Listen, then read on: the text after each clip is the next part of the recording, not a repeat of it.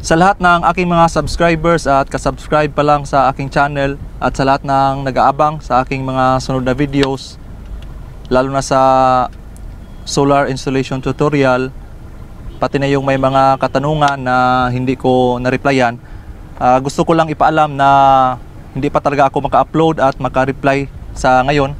Nakasira kasi ang bahay ko sa Bagyong Odette at 1 week na po since dumaan ang bagyo sa amin, pero still wala pa rin po kaming kuryente, walang tubig at cellphone signal sa lugar namin.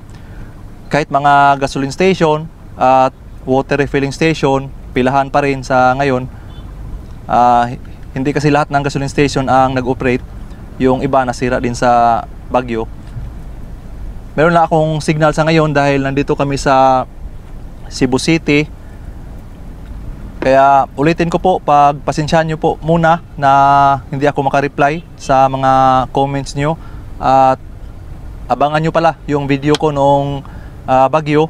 Gusto kong i-share sa inyo ang damage na iniwan ni Super Typhoon Odette sa bahay ko.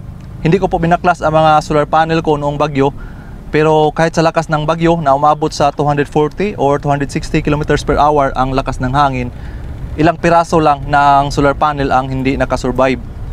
Abangan nyo po yan. Once again, salamat sa inyong suporta.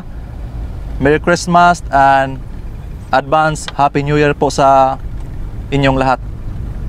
God bless and be safe. See you next time.